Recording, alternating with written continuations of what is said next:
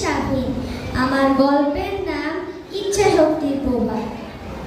মরুভূমির বুকে একবার একটি কাফেলা মালপত্র ও যাত্রী নিয়ে যাচ্ছিলেন।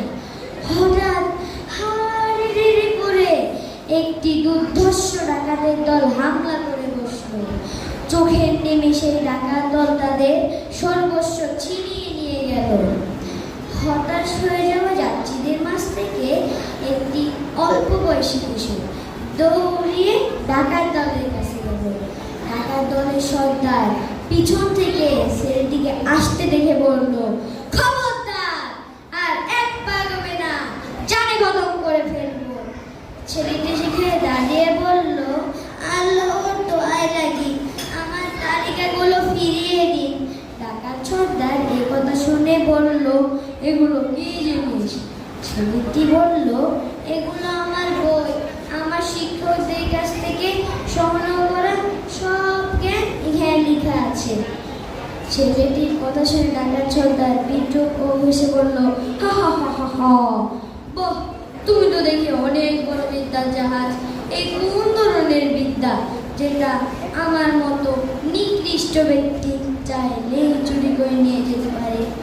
যদি এই সামান্য কাগজগুলোর মধ্যেই তোমার বিদ্যা সীমাবদ্ধ থাকে, তাহলে তোমার আর আমার মতো মূর্খের মধ্যে তোমার পার্থক্যই তো নাই।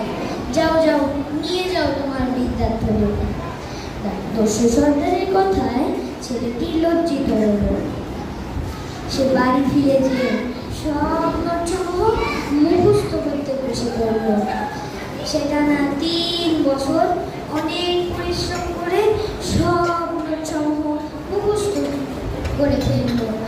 এরপরে তার জ্ঞানের পিপাসা আরও বেড়ে গেল।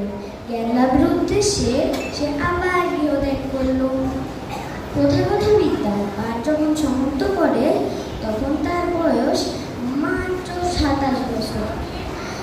এক সময় তার জ্ঞানের পরিধি এত বিস্তার লাভ করে যে এখনো পর্যন্ত মানুষ তাকে সশ্রদ্ধ স্মরণ করে। অথচ শুধুমাত্র এক ডাকাত সর্দারের বিদ্রোহী তাকে একটি সামান্য কিশোর থেকে একটি বড় ও প্রভাবশালী দার্শনিক, সুফি সাধক, ধর্মতত্ত্ববিদ হিসাবে পুরো দুনিয়া জোড়া খ্যাতি লাভ করে। অথচ শুধুমাত্র এক ডাকাত সর্দারের বিদ্রোহী তাকে একটি সামান্য কিশোর থেকে একটি বড় প্রভাবশালী দার্শনিক, সুফি সাধক হিসাবে পুরো দুনিয়া জোড়া খ্যাতি